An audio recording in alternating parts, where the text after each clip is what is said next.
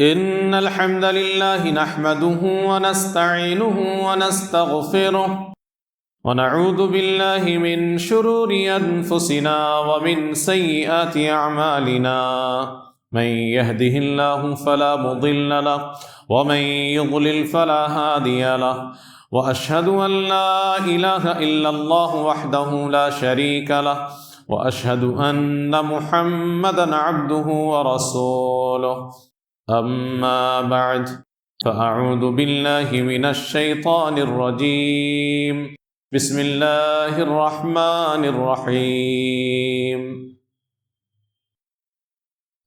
وَلَقَدْ ضَرَأْنَا لِجَهَنَّمَ كَثِيرًا مِنَ الْجِنِّ وَالْإِنسِ لَهُمْ قُلُوبٌ لَا يَفْقَهُونَ بِهَا وَلَهُمْ أَعْيُنٌ لَا يُبْصِرُونَ بِهَا وَلَهُمْ آذَانٌ لَا يَسْمَعُونَ بِهَا أُولَئِكَ كَالْأَنْعَامِ بَلْ هُمْ أَضَلُّ وَأُولَئِكَ هُمُ الْغَافِلُونَ۔ معزز حاضرین جمعہ اور محترم سامعین، ہر قسم کی حمد و ستائش، تعریف و توصیف، بزرگی و بڑائی اور عبادت و بندگی لائق اور مناسب ہے اللہ رب العالمین کے لیے، جو ہم سب کا خالق ہے، رازق ہے اور سارے جہان کا رب ہے۔ اور درود و سلام نازل ہو تمام نبیوں اور رسولوں پر، خاص طور پر آخری رسول جناب محمد صلی اللہ علیہ وسلم پر بے شمار درود و سلام نازل ہو۔ اللہم صلی علیہ وبارک وسلم۔ اللہ رب العالمین نے یہ دنیا بنائی ہے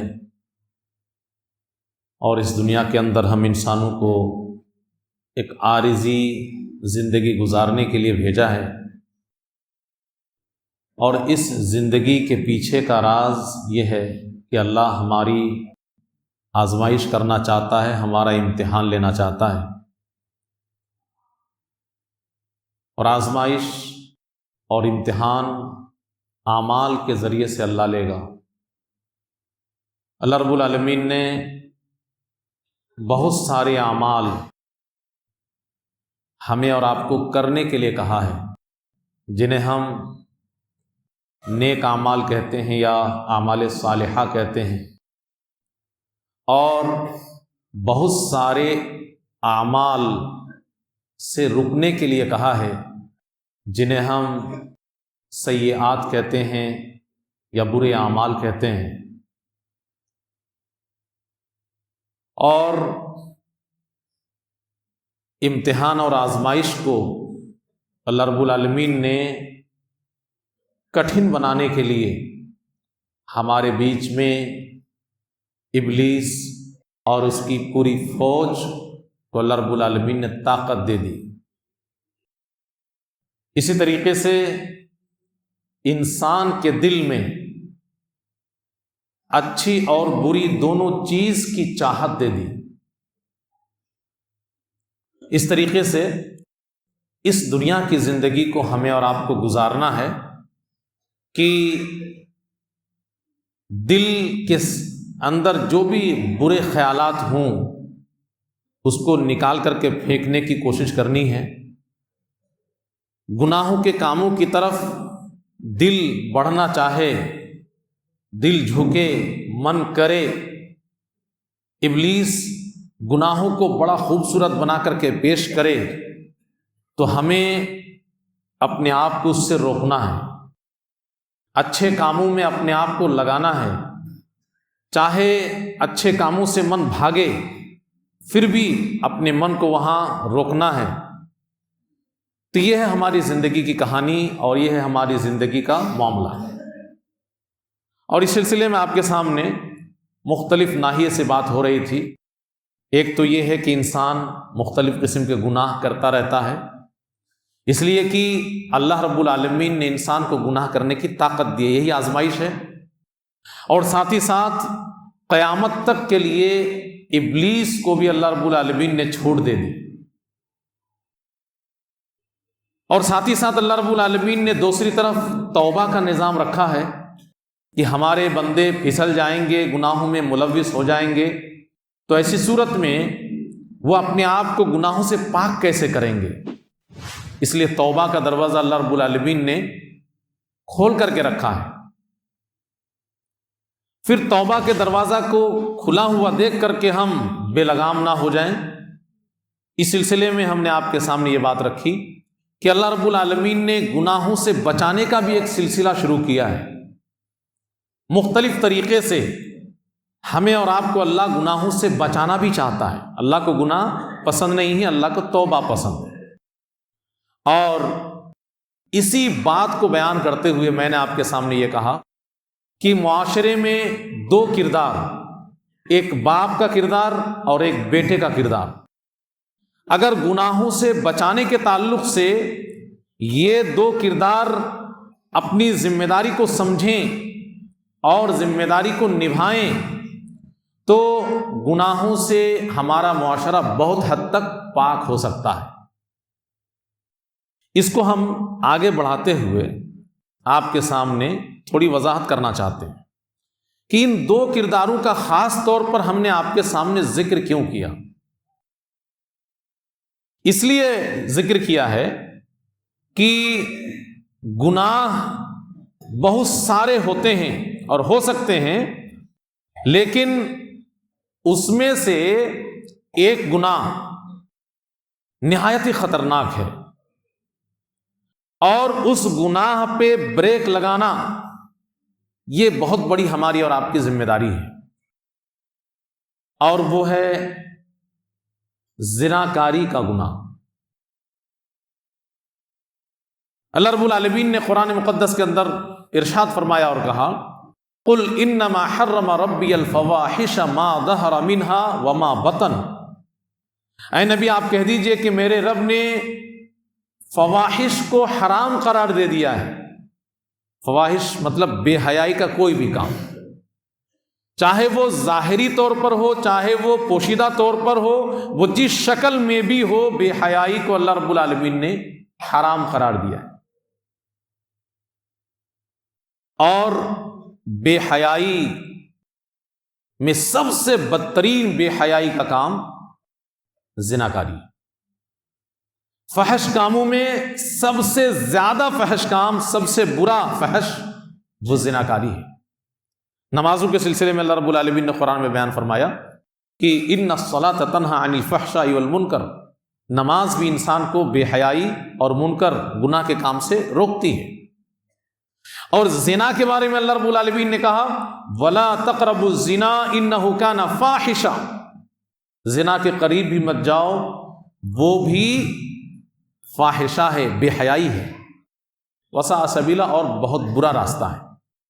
تو گناہوں کے بہت سارے کام ہیں جن میں سے سب سے برا فحش اور سب سے بری بے حیائی زناکاری ہے، اور اسی سے جو بچ جاتا ہے اسے ہم پاک دامن کہتے ہیں۔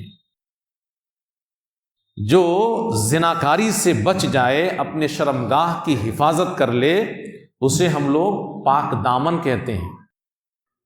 عفت و پاک دامنی یہ مذہب اسلام کی نظر میں ایک بہت بڑی نعمت ہے، اور انسانی سماج کی ایک بہت بڑی ضرورت ہے، بلکہ انسان اور جانور کے درمیان حد فاصل ہے عفت اور پاک دامنی۔ اور عفت و پاک دامنی کو بچانے کے لیے، عفت اور عزت اور عصمت اس کو محفوظ رکھنے کے لیے، اپنے دامن کو پاک رکھنے کے لیے، اپنے شرمگاہ کی حفاظت کرنے کے لیے باپ کی بھی بہت بڑی ذمہ داری ہے، اور آج کے حالات کے تناظر میں بیٹے کی بھی ذمہ داری ہے۔ آپ قرآن مقدس اٹھا کر کے دیکھیں، آپ احادیث کا مطالعہ کر کے دیکھیں تو آپ کو پتہ چلے گا کہ پاک دامن رہنا کتنا ضروری ہے، اور اسلام نے اس کو کتنا اونچا مقام عنایت کیا ہے۔ اللہ رب العالمین نے قرآن مقدس کے اندر کہا وَلْيَسْتَعْفِفِ الَّذِينَ لَا يَجِدُونَ نِكَاحًا حَتَّى يُغْنِيَهُمُ اللَّهُ مِنْ فَضْلِهِ، جو لوگ نکاح کرنے کی طاقت نہیں رکھتے، بیوی بال بچے کا خرچہ برچہ ان کے پاس نہیں ہے، تو ایسے لوگ پاک دامنی اختیار کریں۔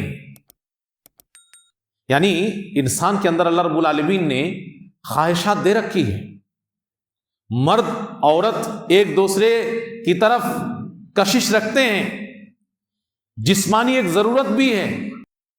اسی لیے اللہ رب العالمین کہہ رہا ہے کہ اگر نکاح جو جائز طریقہ ہے، جائز راستہ ہے، اس کو اپنانے کی طاقت نہیں آپ کے پاس، تب کیا کریں گے آپ؟ کیا آپ بے راہ روی کے شکار ہو جائیں گے؟ آپ غلط راستے پہ چل پڑیں گے؟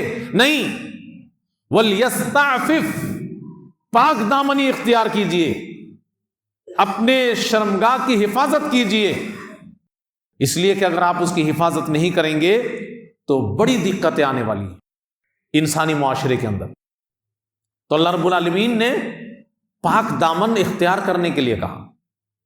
بلکہ جو مومن کامیاب ہوں گے، جو مومن کامیاب ہوں گے، ہم سب مسلمان ہیں، مومن ہیں، لیکن کامیابی کے لیے کچھ شرائط ہیں۔ اللہ رب العالمین نے اعلان کر دیا ہے سورہ مومنون کے اندر کہ کس طرح کے مومنین کامیاب ہیں۔ قد افلح المؤمنون، اللہ رب العالمین نے اس میں تمام صفات کا تذکرہ کیا کہ کس طریقے کے مومنین کامیاب ہوں گے۔ اس میں پاک دامنی کا بھی تذکرہ ہے۔ والذین هم لفروجہم حافظون، وہ مومنین، وہ ایمان والے جو اپنے شرمگاہوں کی حفاظت کریں گے وہ کامیاب ہوں گے، اور جو شرمگاہوں کی حفاظت نہیں کریں گے وہ کامیاب نہیں۔ الا علی ازواجہم او ما ملکت ایمانہم، شرمگاہ حلال کہاں ہے؟ بیوی اور شوہر کے درمیان، یا آقا اور لونڈی کے درمیان۔ الا علی ازواجہم، سوائے اپنی بیویوں کے، او ما ملکت ایمانہم، یا لونڈیوں کے۔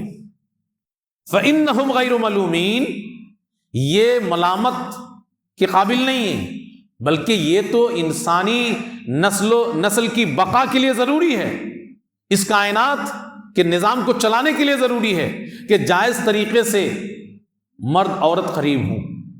تو یہ راستہ صحیح ہے۔ فَمَنِ ابْتَغَىٰ وَرَاءَ ذَلِكَ، اور اس راستے کو چھوڑ کر کے، جائز راستے کو چھوڑ کر کے کوئی بھی طریقہ اختیار کر لے، کوئی بھی راستہ اختیار کر لے، فَأُولَٰئِكَ هُمُ الْعَادُونَ، تو یہ سب حد سے تجاوز کرنے والے لوگ ہیں، یہ لوگ حد کو تجاوز کرنے والے لوگ ہیں، اور ایسے لوگ کامیاب نہیں ہو سکتے۔ تو پاک دامنی بہت بڑی نعمت ہے، اور اسلام نے اس کو شروع ہی میں لاگو کر دیا تھا۔ جب اسلام شروع میں آیا ہے تو شروع ہی میں اسلام کی تعلیمات میں پاک دامنی بھی شامل تھی۔ ہرقل کے دربار میں ابو سفیان رضی اللہ عنہ اس وقت مسلمان نہیں ہوئے تھے، کافروں کے سردار تھے۔ جب ہرقل نے سوال جواب کیا، محمد صلی اللہ علیہ وسلم کے بارے میں جانکاری حاصل کی، اور کہا کہ وہ کیا بتاتے ہیں، تو ابو سفیان نے جب جواب دیا، ان میں بنیادی تعلیمات جو شروع کی ہیں، ابھی مکہ ہی میں اللہ کے رسول صلی اللہ علیہ وسلم، اس وقت کی بات ہو رہی ہے، تو شروع کی تعلیمات میں پاک دامنی کا بھی تذکرہ ہے۔ ابو سفیان رضی اللہ عنہ اس وقت بیان کر رہے ہیں کہ یہ نبوت کا دعویٰ کرنے والا شخص یہ کیا کہتا ہے، یأمرنا بالصلاۃ، یہ ہمیں نماز کا حکم دیتا ہے، والصدقہ، صدقہ کرنے کا حکم دیتا ہے، والعفاف، اور پاک دامنی کا حکم دیتا ہے کہ شرمگاہ کی حفاظت کرو، ناجائز اس کا کہیں بھی استعمال نہ کرو۔ تو والعفاف یہ اسلام کی شروعات کی تعلیمات میں سے، والوفاء بالعہد، وعدہ پورا کرنے کا بھائی حکم دیتا ہے، وہ وعدہ الامانہ، وعدہ الامانہ، اور امانت کو ادا کرنے کا حکم دیتا ہے۔ تو اسلام کی شروع کی تعلیمات میں یہ شامل ہے پاک دامنی، نماز کے حکم کے ساتھ ساتھ پاک دامنی کا بھی حکم اسلام نے دے دیا ہے۔ اور پیارے نبی جناب محمد صلی اللہ علیہ وسلم کی ایک بہت ہی پیاری اور مشہور دعا ہے، اس دعا میں بڑی قیمتی 4 باتوں کا تذکرہ کیا گیا ہے، 4 بڑی قیمتی باتیں۔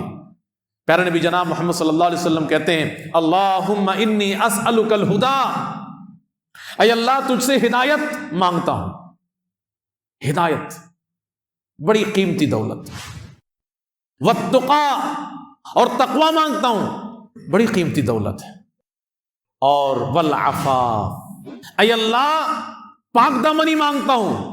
یہ اللہ سے مانگنا چاہیے ہم لوگ آج کے فتنوں کے دور میں ہر انسان کو، جبکہ قدم قدم پہ زنا کے راستے کھلے ہوئے ہیں۔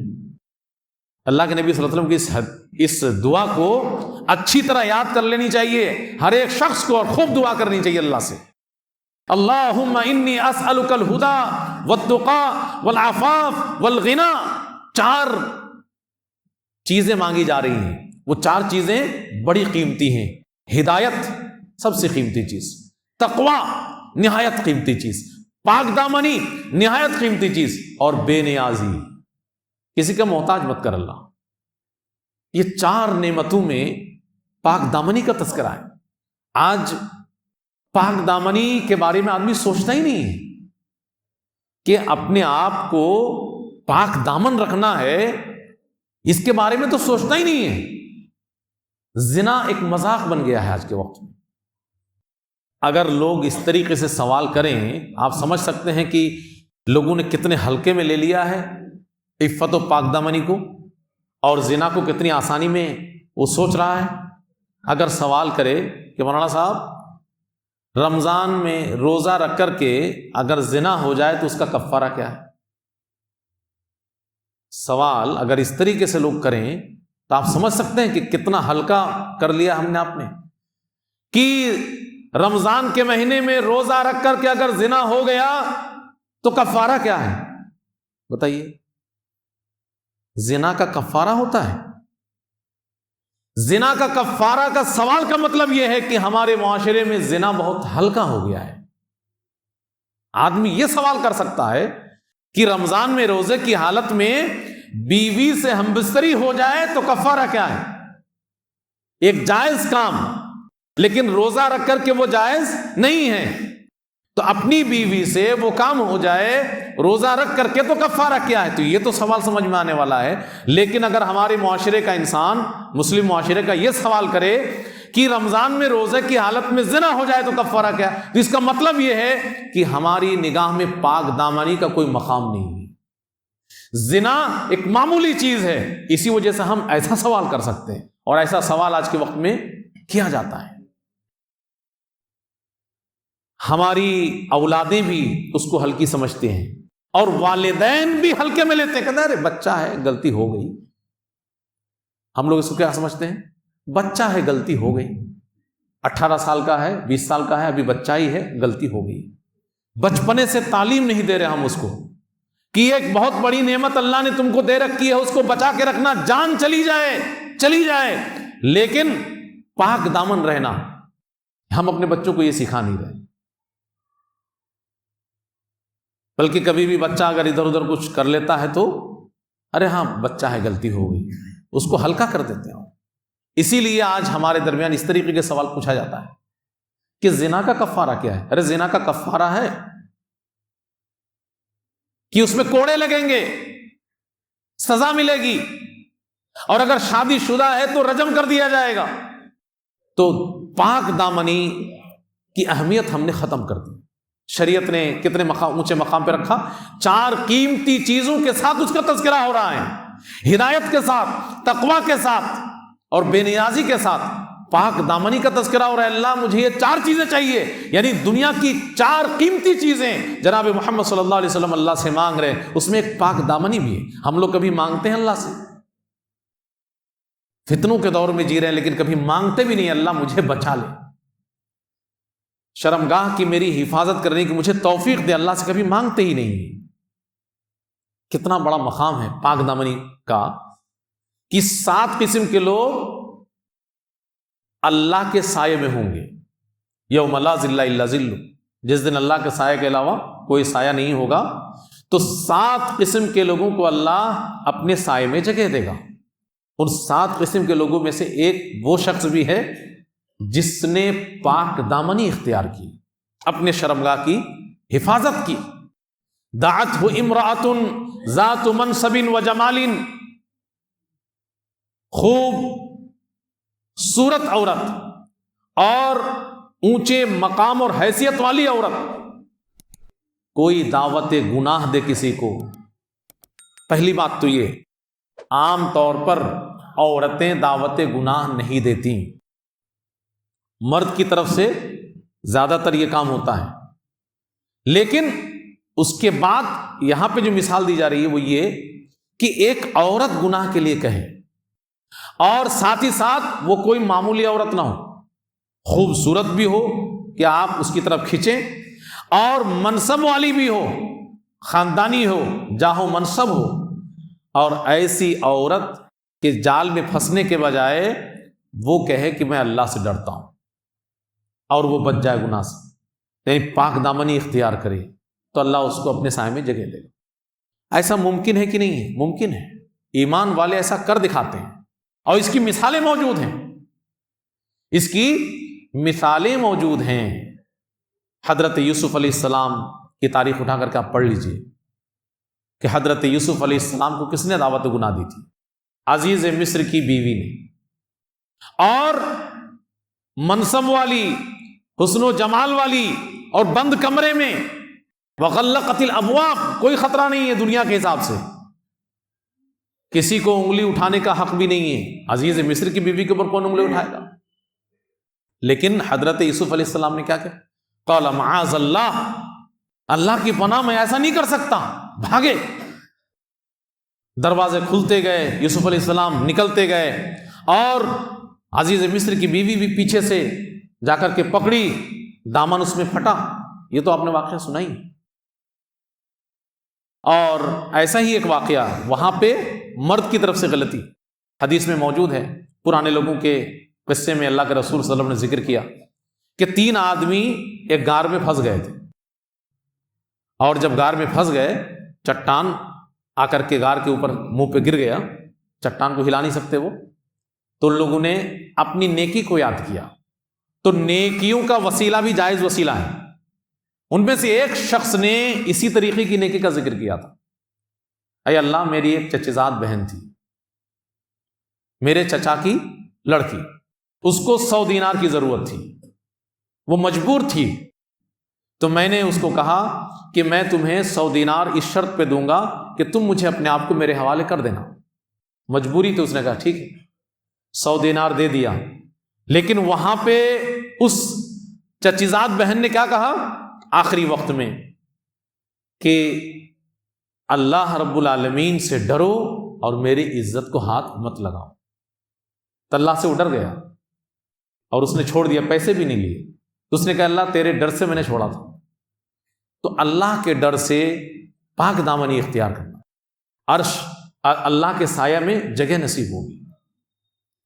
تو اسلام نے بڑا اونچا مقام دیا ہے۔ چنانچہ دیکھیے، جنت جس کے لیے ہم اس دنیا میں بھیجے گئے ہیں، جنت ملنے کے لیے 2 چیز کی ضمانت کافی ہے۔ پیارے نبی جناب محمد صلی اللہ علیہ وسلم فرماتے ہیں من یضمن لی ما بین لحیئی، 2 جبڑوں کے بیچ میں زبان، اس کی گارنٹی جو لے، اپنی زبان کو سنبھال کے استعمال کرے، کسی کے اوپر ناجائز اس کا استعمال نہ کرے۔ جو اپنی زبان کی گارنٹی لے لے، وما بین رجلئی، اور 2 پیر کے بیچ میں یعنی شرمگاہ کی جو ذمہ داری لے لے، اس کی حفاظت کر لے، پاک دامنی اختیار کر لے، اضمن لہ الجنہ، میں اس کو جنت کی گارنٹی دیتا ہوں، اس کو جنت ضرور ملے گی۔ تو پاک دامنی کتنی بڑی نعمت اور کتنی بڑی چیز ہے۔ بلکہ عورت کے جنت میں جانے کے لیے کئی چیزوں کا ذکر کیا گیا، اس میں پاک دامنی کا ذکر کیا گیا۔ جنت کے جس دروازے سے چاہے گی عورت جا سکتی ہے۔ اذا صلت خمسہا، جب 5 وقت کی نماز کی پابندی کرے عورت، وصامت شہرہا، رمضان کے مہینے میں روزہ رکھے عورت، وحسنت فرجہا، اپنے شرمگاہ کی حفاظت کر لے، بات وہیں آ گئی پھر، وَأَطَاعَتْ بَالَهَا، اپنے شوہر کی فرما برداری کر لے۔ ایسی عورت کے لیے اللہ کی طرف سے آفر ہے، من ای ابواب الجنت شاءت دخلت من ای ابواب الجنت شاءت، جنت کے جس دروازے سے چاہ لے وہ داخل ہو جائے۔ تو پاک دامنی بہت بڑی نعمت ہے، اور اسلام نے اس نعمت کو بچانے کے لیے کتنی ساری پابندیاں لگائیں، آپ کو معلوم؟ سب سے پہلی چیز تو نگاہ نیچی رکھو، تاکہ یہ پاک دامنی کی نعمت تم سے چھین نہ جائے. زندگی میں ایک مرتبہ تم سے اگر یہ نعمت چھن گئی تو وہ چھن گئی. توبہ کر کے اللہ معاف کر سکتا ہے, لیکن پاک دامن تو اب نہیں رہے. اس لیے اسلام نے اس کے لیے بہت ساری حد بندیاں نافذ کر دی ہیں. نگاہ نیچی رکھو. عورتوں سے کہہ دیا گیا زیب و زینت کا اظہار غیر محرم کے سامنے ہرگز مت کرو. کوئی بھی چیز خوبصورت ہے تمہارے لباس میں, زیورات اور کوئی بھی چیز, غیروں کے سامنے اس کا اظہار بالکل مت کرو, بلکہ چھپاؤ. اپنے گھروں میں ٹھہری رہو, بلا ضرورت گھر سے باہر نہ نکلو. اس لیے کہ باہر نکلو گی تو شیطان کے لیے بہت آسان ہتھیار یہ ہے. پیارے نبی جناب محمد صلی اللہ علیہ وسلم نے اسی لیے کہا کہ میں سب سے خطرناک فتنہ دنیا میں چھوڑ کے جا رہا ہوں, عورت کا فتنہ ہے. عورت بذات خود خراب نہیں ہے, لیکن ابلیس عورت کو ہتھیار کے طور پہ استعمال کر لیتا ہے. ایک حدیث میں اسی اللہ کے نبی نے کہا کہ عورت جب گھر سے نکلتی ہے تو شیطان تاک جھانک شروع کروا دیتا ہے.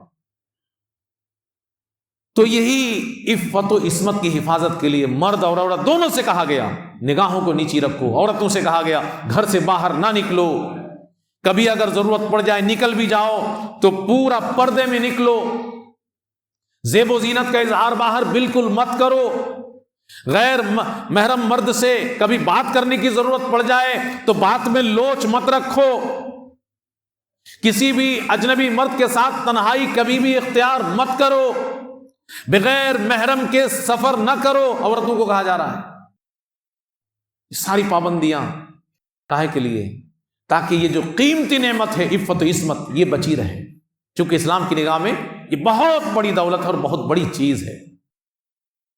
اور اتنی زیادہ سیکورٹی اسلام نے کیوں رکھی ہے آپ کو معلوم ہے؟ ہمیں اور آپ کو اسلام انسان بنا کے رکھنا چاہتا ہے, حیوان بننے سے بچانا چاہتا ہے. ہمیں اور آپ کو انسان بنا کے رکھنا چاہتا ہے, حیوان بننے سے بچانا چاہتا ہے. اور آپ دیکھیں شریعت کا مطالعہ کریں تو آپ کو پتہ چلے گا کہ انسان کے اندر اللہ نے شہوات رکھی ہیں اور اس کے لیے جائز راستہ اللہ نے شادی کی شکل میں دیا ہے. من استطاع منکم الباءۃ فلیتزوج, کہ جس کو شادی کرنے کی طاقت ہو, خرچہ برچہ برداشت کرنے کی, تو وہ شادی کر لے, تو شرمگاہ کی حفاظت ہو جائے گی انشاءاللہ. اور ساتھ ہی ساتھ انسانی نسل کو اسی شادی کے ذریعے سے بڑھانا بھی ہے. تزوج الولود الودود, زیادہ بچے دینے والی اور زیادہ محبت کرنے والی سے شادی کرو. تو دو مقصد ہیں, ایک تو انسانی نسل آگے بڑھے اور دوسرا عزت و عصمت کی حفاظت ہو اور ناجائز استعمال نہ ہو شرمگاہ کا. کیوں معلوم ہے آپ کو؟ اس لیے کہ یہ نسل کا پتہ نہیں چلے گا, کون کس کا باپ ہے, کون کس کا بچہ ہے, جیسا کہ یورپ میں ہو رہا ہے آج. اور جب یہ سلسلہ ختم ہوگا تو پھر دنیا میں انسان کی نظر میں انسان نہیں نظر آئیں گے آپ کو, انسان کی شکل میں انسان نہیں حیوان نظر آئیں گے. اس کو کچھ سوجھ بوجھ نہیں ہوگی, تمیز نہیں ہوگی.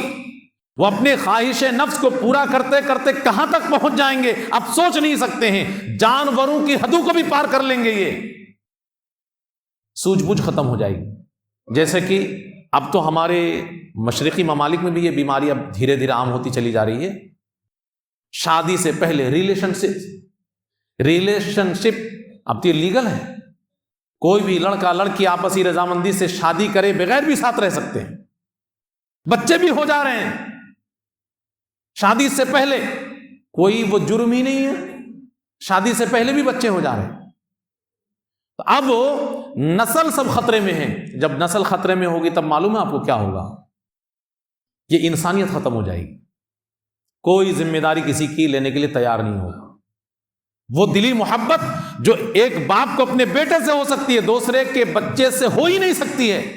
یہاں تک کہ ایک یتیم بچے سے بھی آپ اس کو اپنا لیجئے, آپ کے اپنے بچے کا جو درد آپ محسوس کریں گے, اس یتیم بچے کو اگر آپ اپنا بھی لیتے ہیں وہ درد آپ کے دل میں پیدا ہی نہیں ہو سکتے. نیچرل ہے. آپ اس کے لیے جوخم کبھی نہیں اٹھائیں گے. تو جب آپ جوخم اٹھانا ختم کر دیں گے, فکر مندی ختم ہو جائے گی, تو پھر کیا ہوگا؟ پوری دنیا میں انارکی کا دور آپ کو نظر آئے گا. تو اسی وجہ سے ضروری ہے کہ اس خواہشات نفسانی کے جو حد بندیاں اسلام نے رکھی ہیں اس کو باقی رکھا جائے، ورنہ نسل خطرے میں پڑ جائے گی، پتہ ہی نہیں چلے گا کون کس کا باپ ہے، کون کس کا بچہ ہے، اور ظاہر سی بات ہے سب آزاد ہو جائیں گے، سب بے لگام ہو جائیں گے، پھر انسان میں اور حیوان میں فرق نہیں رہے گا۔ انسان کو اللہ نے سمجھنے کے لیے دل دیا ہے، سوجھ بوجھ کے لیے اللہ نے عقل دی ہے، سنتا ہے، دیکھتا ہے، اور جب یہ سب چیزیں صحیح سے استعمال ہی نہ کرے تبھی تو وہ جانور ہوتا ہے۔ اللہ کہتا ہے لَهُمْ قُلُوبٌ لَا يَفْقَهُونَ بِهَا وَلَهُمْ أَعْيُنٌ لَا يُبْصِرُونَ بِهَا وَلَهُمْ آذَانٌ لَا يَسْمَعُونَ بِهَا۔ آنکھ ہے لیکن صحیح چیز دیکھ نہیں پا رہا ہے، کان ہے صحیح چیز سن نہیں پا رہا ہے، دل ہے صحیح چیز سمجھ نہیں پا رہا ہے، تو یہ تو جانور ہو گئے۔ اولئک کالانعام، یہ جانور ہو گئے، بل ہم اضل، بلکہ جانور سے گئے گزرے۔ تو جنسی خواہشات کو پورا کرنے کے غلط راستے جب انسان اختیار کرتا ہے تو جانور سے بھی بدتر ہو جاتا ہے۔ تو اس لیے پاک دامنی ایک بڑی نعمت ہے اور اسلام اس کی بقا چاہتا ہے، اور یہی وجہ ہے کہ باپ کی بڑی ذمہ داری ہے کہ اپنی اولاد کو بچپن سے تربیت دے اور پاک دامنی کی اہمیت کو بتلائے۔ کوئی ضروری نہیں ہے کہ آپ کھول کھول کر کے ایک چیز بچے کے دماغ میں ڈالیں، نہیں، اشارے سے آپ اس کو بتا دیجئے۔ بچہ سب سے زیادہ اس دنیا میں ماں باپ کی بات مانتا ہے، آپ صرف اس کو کہہ دیجئے بچپنے سے کہ بیٹا انڈر ویئر کے اندر جتنا حصہ ہے وہ کسی کے نظر میں نہیں آنا چاہیے، کوئی اس میں ہاتھ نہیں لگائے، آپ اس کو سکھا دیجئے۔ کیا مجال کے کوئی ہاتھ لگا لے بچے میں، بچپن سے اس کے دماغ میں رکھ دیجئے اور بتا دیجئے کہ یہ تمہارے جسم کا سب سے قیمتی حصہ ہے، قیمتی پارٹ ہے، اس کی حفاظت مرتے دم تک تمہاری ذمہ داری ہے۔ بچپن سے بتائیے تھا بچے کو، اس کے دماغ میں اس کو پیوست کر دیجئے، پھر آپ کا بچہ غلط راستے کی طرف بالکل نہیں جائے گا۔ اسلامی تربیت کیجئے اور ساتھ ساتھ وقت پہ شادی کیجئے۔ کیریئر مت بنائیے اپنے بچوں کی، اور ان کی معیشت بہت مضبوط کرنے کے چکر میں ان کو اخلاقی گراوٹ میں مت دھکیل دیجئے۔ باپ کی ذمہ داری ہے، ماں کی ذمہ داری ہے کہ صحیح وقت میں اپنی اولاد کی شادی کرے تاکہ شرمگاہ کی مکمل حفاظت ہو سکے، وہ پاک دامن رہ سکیں۔ فتنوں کے دور میں آج تو زیادہ ضروری ہے، لیکن جتنے زیادہ فتنے ہیں اتنی ہی زیادہ ہماری اور آپ کی شادی میں تاخیر ہو رہی ہے۔ ایک تو ادھر کا یہ پہلو ہے کہ یہ قیمتی دولت ان سے آپ کی اولاد سے چھیننی نہیں چاہیے، وہ اپنی عزت و عصمت کی حفاظت کر سکیں، اور ساتھ ہی ساتھ بڑھاپے میں جو ہم نے ایک کردار کو آپ کو ذکر کیا خاص طور پہ کہ باپ، بیٹا اپنے باپ کا خیال کرے۔ کیوں میں نے ذکر کیا تھا معلوم ہے آپ؟ کہ معزز لوگوں سے ہماری گفتگو ہوئی اور پتہ یہ چلا کہ یہ انسان کو اللہ رب العالمین نے جو دل دیا ہے، عورتوں کے اندر جنسی ضرورت کم رہتی ہے اور عمر کے ساتھ ساتھ وہ ختم ہو جاتی ہے، لیکن مرد کے اندر بڑھاپے تک اللہ رب العالمین اس کو باقی رکھتا ہے۔ اور 70 پار کے کئی لوگوں سے بات چیت کے بعد پتا چلا کہ دل جوان رہتا ہے، بڑھاپے میں بھی دل جوان رہتا ہے، جسم کے اعضاء کمزور ہو جاتے ہیں۔ اب بڑھاپے کی عمر میں آپ کو معلوم ہے کہ اگر غلطی سے ایک بوڑھے سے اپنی عفت و عصمت کی حفاظت نہ ہو سکے تو اس کا معاملہ کتنا خطرناک ہے۔ پیارے نبی جناب محمد صلی اللہ علیہ وسلم فرماتے ہیں ثلاثۃ لا یکلمہم اللہ، 3 لوگ ایسے ہیں کہ جن سے اللہ بات نہیں کرے گا، ولا یزکیہم، اور ان کو پاک نہیں کرے گا، ولا ینظر الیہم، اس کی طرف دیکھے گا نہیں، ولہم عذاب علیم، اس کے لیے دردناک عذاب ہوگا۔ وہ 3 لوگوں میں ایک آدمی شیخ زان، بوڑھا آدمی جس سے زنا ہو۔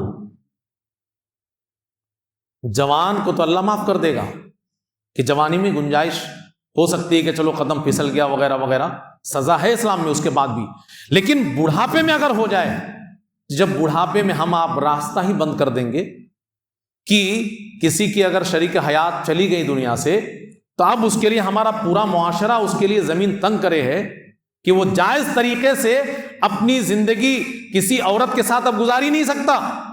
تو میں نے کہا تھا کہ ایسی مشکل گھڑی میں اپنے باپ کو بھی گناہ سے بچانے کے لیے بچوں کی ذمہ داری ہے کہ اپنے باپ کے ساتھ آپ کھڑے ہوئیے، اولاد کی ذمہ داری ہے کہ آپ کے باپ کے ساتھ کھڑے ہوئیے کہیں غلطی سے آپ کے باپ سے کوئی غلطی نہ ہو جائے اور وہ اس کیٹیگری میں نہ آ جائے کہ 3 قسم کے لوگوں سے اللہ نہ بات کرے گا، نہ اس کو پاک کرے گا، نہ اس کی طرف نظر اٹھائے گا. تو ایسا امکان ہے کہ نہیں بھائی؟ اس لیے آپ اپنے باپ کا ساتھ دیجیے. آپ اللہ رب العالمین سے دعا کریں کہ اللہ رب العالمین ہم سب کو پاک دامنی کی اہمیت کو سمجھنے کی توفیق عطا فرمائے. اللہ رب العالمین زنا کی تباہ کاری کو ہم سب کو اچھی طرح سمجھ کر کے اس سے بچنے کی توفیق عنایت فرمائے. اللہ رب العالمین ہمارے مسلم معاشرے کو زنا سے، سود سے اور معاشرتی برائیوں سے پاک و صاف کر دے.